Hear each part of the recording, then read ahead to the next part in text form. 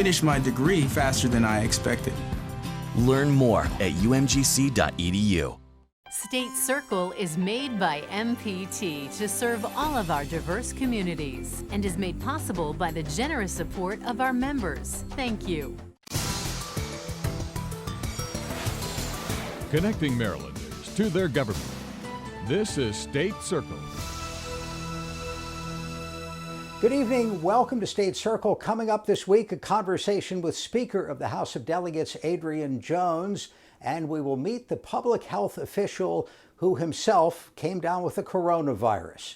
First this week, the Democratic National Convention is in the virtual history books. Our Charles Robinson has a look from a Maryland perspective. Maryland, the home of Frederick Douglass, cast one vote for Bernie Sanders and 119 votes for our next president, Joe Biden. The roll call of Democratic delegates selecting the next president was delivered to the nation from outside the Isaac Myers Museum in Baltimore. They may have been missing in Milwaukee, but DNC Chairman Tom Perez, who hails from Maryland, was on site. As you watch tonight's decidedly unconventional roll call and reflect on the diversity of our nation, remember, you too are part of the American story. For 1 week, the Democrats held sway over the political conversation. There were a number of familiar faces, and it also included those who were members of the GOP. I support Joe Biden for the presidency of the United States. The ticket of Joe Biden and Kamala Harris is historic. For the first time, a woman of color has been nominated to be on a major presidential party ticket. It means so much. It really means just seeing a talented woman who sometimes we can be overlooked, a woman who has been on the ground doing the work, who has been for the people, who has been elected and who has worked on issues that impact all of us. To see her rise and to see her be seen and selected, it just feels like it's a win for me and women and people all over our country. The message was clear: defeat the sitting president. Next week, however, members of the Republican Party will take the virtual stage and they will argue why to stay the course. We'll hear from Maryland's GOP next week as the political conventions continue. I'm Charles Robinson for State Circle. Our newsmaker this week is the Speaker of the Maryland House of Delegates, Adrian Jones. Madam Speaker, thank you for being with us. Thank you for inviting me. Let's start with your thoughts on the confluence of events this week. First, the 100th anniversary of the ratification of the 19th Amendment. And in the very same week, for the first time, a major political party nominating for its national ticket a woman of color. It's a pretty big week. Yes, it is a pretty big week. And in terms of the 19th Amendment, where the official was on the 18th, but in terms of Maryland, we weren't there then. It took us to 1941. And looking back at that time, as you mentioned, we have the nomination of the first woman of color to be a vice presidential candidate. And I have noticed, and even beyond that, we have a record number of women in the House, and I see and that's a good thing. And on the one way, it's a good thing, and then another, since over 100 years ago, we're still, as Maryland, we're looking at still a lot of firsts, and in this country, still a lot of firsts as it relates to women over that time period. And I'm hopeful, and I think that the country and Maryland, specifically, are trying to change that. It'll be a norm that for boards or other types of areas. there's an organization out there to promote women to go into elective office. And, women's voices are needed in the boardrooms and, our corporate boardrooms, and also on levels from school board to being to me on the Supreme Court. But I think that, the importance of this is that the importance of women. We've come a long way, but we still have a long way to go as it relates to this 100 plus years. I wanted to ask you about the current flashpoint in voting and the mechanics of voting for this year's election. Obviously, the middle of a pandemic, and the primary had some glitches in terms of ballots not being printed right and not being counted right initially, and lots of delays. The current plan is, at the governor's request, the Board of Elections is going to send every registered voter an application for an absentee ballot, for a mail-in ballot. Is that sufficient in your view? No, because people are creatures of habit. They still remember in the June primary that they actually got the ballot. So, we would have to train them to let them know the application you have to send back in order to get a actual ballot. And so that's going to be tough. That's taking a lot of effort from each of the counties to promote that. And I saw in today's paper that, and I was concerned that when people have been asking me their concern as relates to the mail, or what you've been hearing about in terms of delays, et cetera, and they want their vote to count. So, and I think that I saw today that the State Board of Election had agreed to, when the ballots do come back, starting October 1st, they'd be counting instead of waiting till after the general election. So I think that will help in terms of influx, but people are really concerned regarding mailing. And it's a little confusing. So we've been doing some tutorials to get that word out to the community in terms of that change and that, what they need to do. Is that something the legislature is going to want to have a say in terms of future elections? I mean, do you envision that state policy going forward should be that everybody who's registered gets a ballot in the mail, or are there any logistical or security issues to work out there?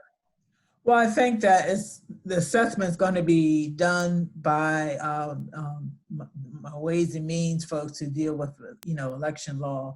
We're going to see what happens. We're going to try what's been proposed, and just like anything else, if it doesn't work, we'll reassess and do something else. But we just had to do a major public relations in terms of this. Just don't assume. So the pandemic has affected so many different aspects of life. I want to talk about education for a second, and the tough decisions that school systems around the state are having to make. You're the grandparent of an elementary school child. How do you look at this?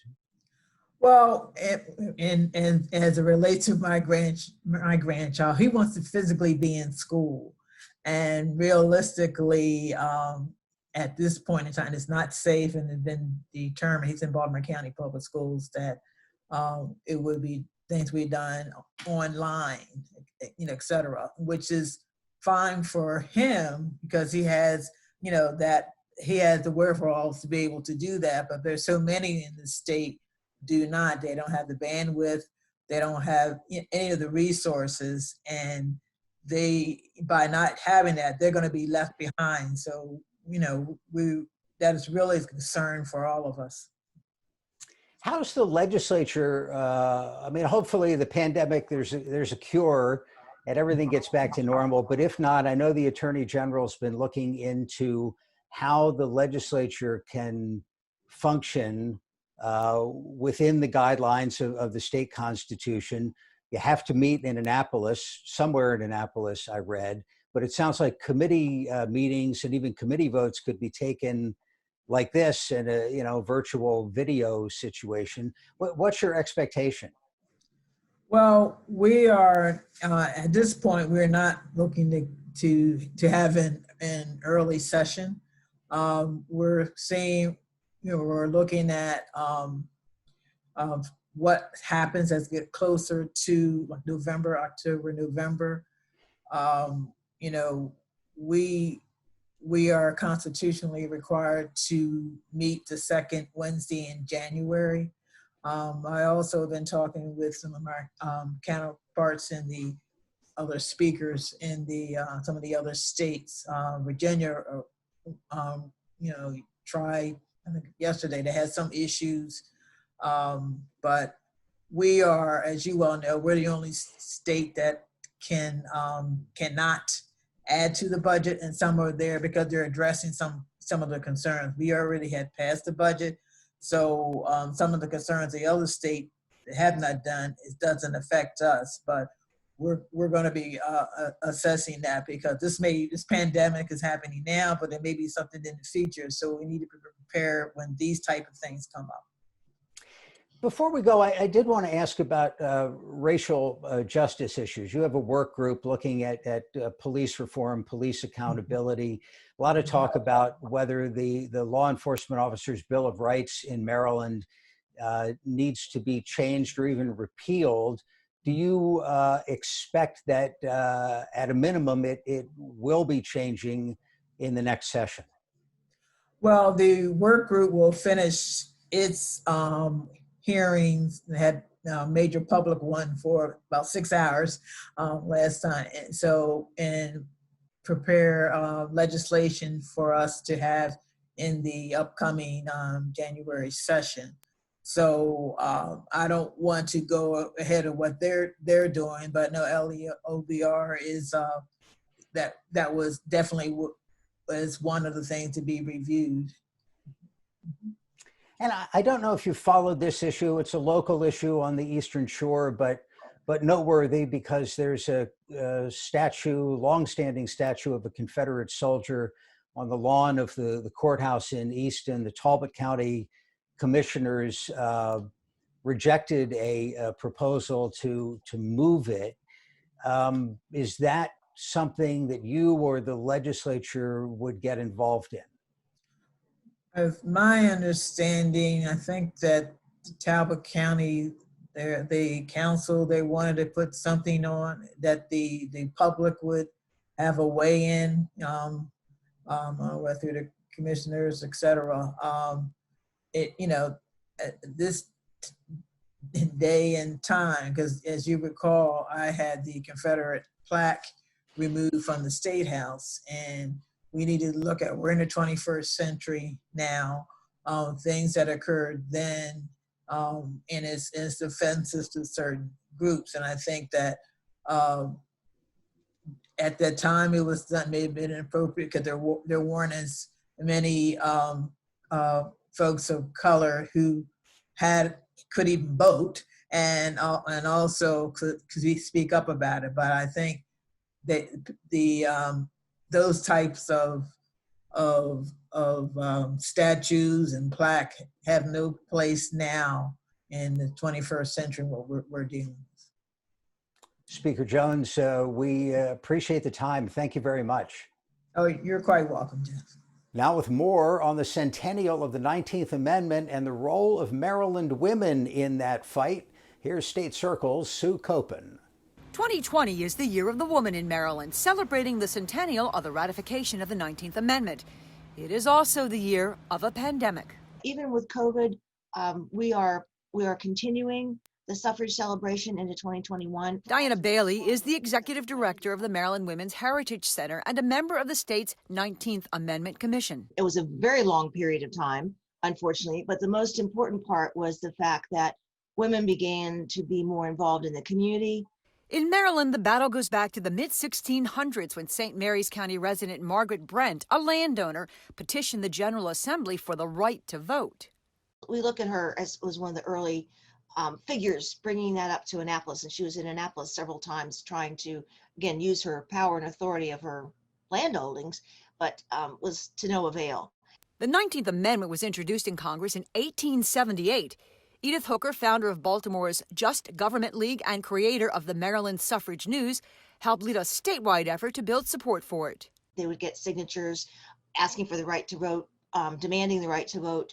And again, that was from Baltimore to Garrett County, down to St. Mary's County. While the 19th Amendment eliminated sex as a barrier to voting for women, eliminating race as a barrier for African American women is a battle that would go on until 1965, when the Voting Rights Act was signed into law. And the late Dr. Rosalind Torbrook Penn, who is the Dean of African American women's suffrage history, writes very clearly that in 1920 it was a hollow victory for African American women, because even though the legislation passed and now had, quote, on paper the rights to do certain things, white women abandoned them in terms of their own issues. Dr. Ida Jones says Baltimore was home to a number of African American women working hard to get the vote for women, often through their work with civic clubs.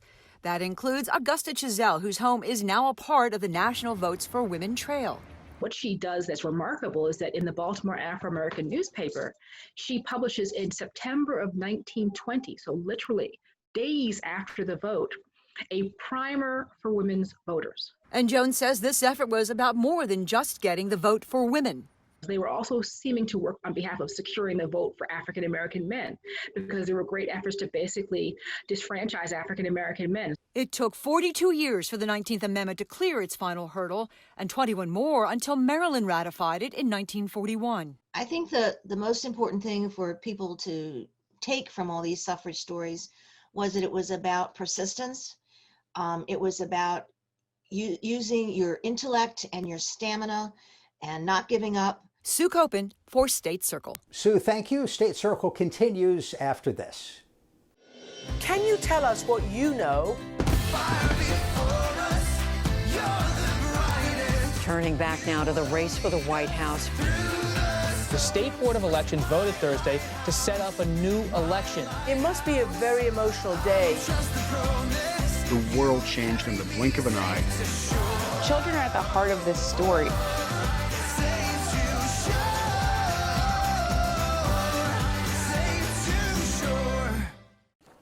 Baltimore County Health Officer Dr. Gregory William Branch says he is back to normal after a bout with the coronavirus. We had a chance to hear his story this week.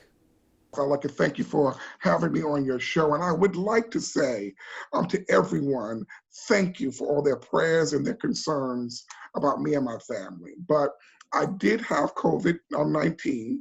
And for the most part, I started off with a very mild cough. I started to lose my voice, and I immediately chose to go in to be COVID tested, be tested for COVID, and I came up positive. It was very interesting because, quite frankly, if we weren't in the time of COVID, I probably would not have gone to the doctor. But I recognized immediately because I had those symptoms, I went straight in. And then while I was waiting for my test to come back, I developed a fever. I was doing very well, but I had no voice. And then my test came back positive, and then I obviously had quarantined myself immediately. So once I became positive, I remained in isolation. You sound slightly raspy, if I can say so. How are you feeling? I am feeling excellent, and I'm doing very, very well. How about this sense of taste thing? The people losing their sense of smell, sense of taste? I did not have that symptom at all, but others have had that symptom. Any idea where you got this? You must have been thinking about this for the last couple of weeks. Well, to tell you the truth, I have been very, very careful as to where I was going and what I was doing, always washing my hands, wearing my mask. So to tell you the truth, I am very surprised because I have no idea where I caught it from. I know that I wasn't in any type of large gatherings and things like that. I wasn't doing any of that kind of stuff. And thank God, no one in my immediate family who lived with me or anybody who I was close to developed COVID at this time. So how did that work? I mean, you live with family members, and obviously we're trying to keep them healthy. Were you successful, and how did you approach that? Well, what happened is the fact that I immediately quarantined myself from the family. And thank goodness I have the capability of doing that in my home. So I have a bathroom that I'm the only one who's using in my bedroom, that type of a thing. And then once I became positive, obviously I was on isolation, but that meant that everyone who lived in my home had to quarantine. And so we had all were able to do that in the house. Now, the local health departments are running contact tracing operations for people like you who've had this disease, looking for people who may have been exposed. Did you go through that exercise, or you're the health commissioner, you could sort of do it yourself? Oh, no. I had to go through the exercise also. When they called my number and MD COVID comes up, I answered the phone. And so I had to go through that. One of the things that I will tell you that is challenging when you answer that call is that you're not feeling well. So they're asking you a lot of questions at a time that you don't feel well. So I kind of had to just grin and bear it and get through those calls to answer all the questions as truthful and as best as possible. But that's the one thing I had not thought about when we were talking about contact tracing, recognizing that when someone is positive and they are symptomatic and they don't feel well, that they have to go through the exercise. You know, there's no shame in catching this, obviously, but you are the person we turn to for advice on how not to catch it. So does your advice for the public change at all as a result of the experience that you've had? I don't think it changes in any bit. I actually always continue to say, wear your face coverings, wash your hands, and basically watch your distance. That's very, very important. I also think it's important to tell folks, if you are symptomatic, I don't care what issues that you're having, if you're not feeling well, remain home and don't go to work or school. Well, what's happening broadly in Baltimore County in terms of the number of cases, the trends that you're seeing in your county, which is a big part of the Baltimore metro area? So when we look at our positivity rates, they have remained below 5. We still obviously get positive cases, but when we look at the hospital data in our area, we're doing very well. We look at the number of ventilators that are being used, we're doing extraordinarily well. So at this particular time, we're at a point where I think the numbers are going in the right direction, but we're not quite sure yet. It hasn't been, the total of 14 days. So we're working through that, and we recognize that there are certain communities where it may be higher percentage. So the African American community and the Latino community, we have to be very, very mindful of those communities also.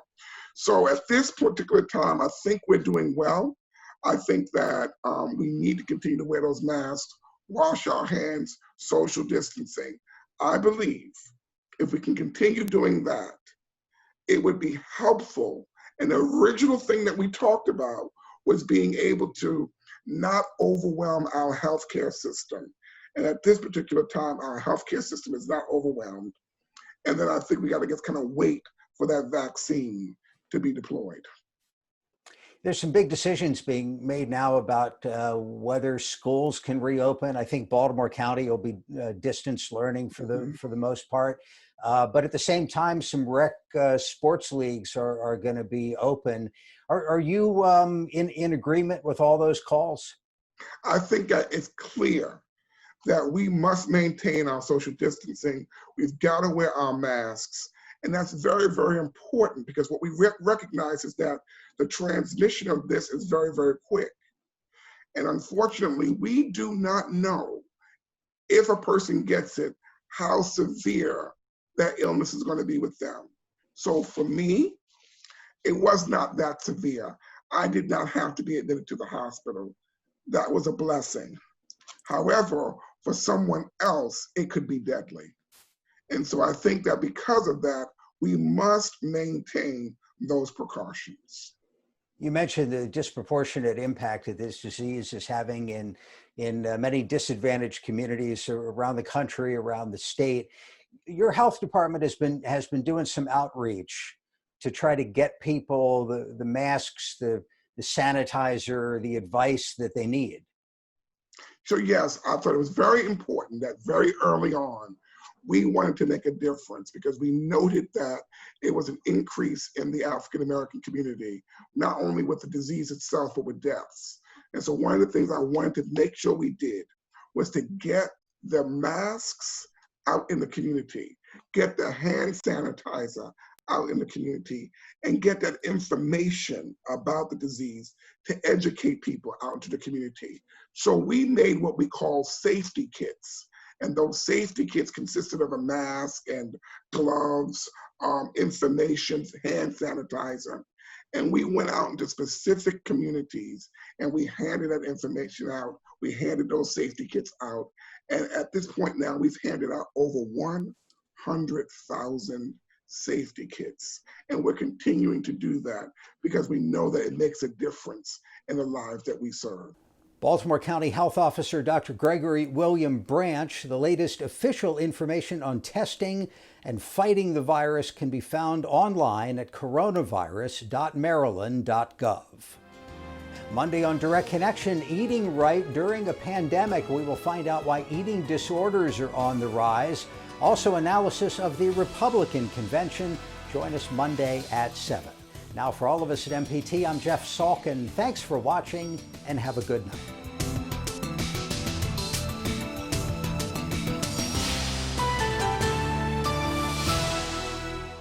This program was made by MPT to serve all of our diverse communities. Programs on MPT are made possible by our members and the following. Start your wellness journey today at the Wise and Well Center for Healthy Living at Keswick. Stay active, stay connected, stay wise and well. Call 410-662-4363 or learn more at choosekeswick.org.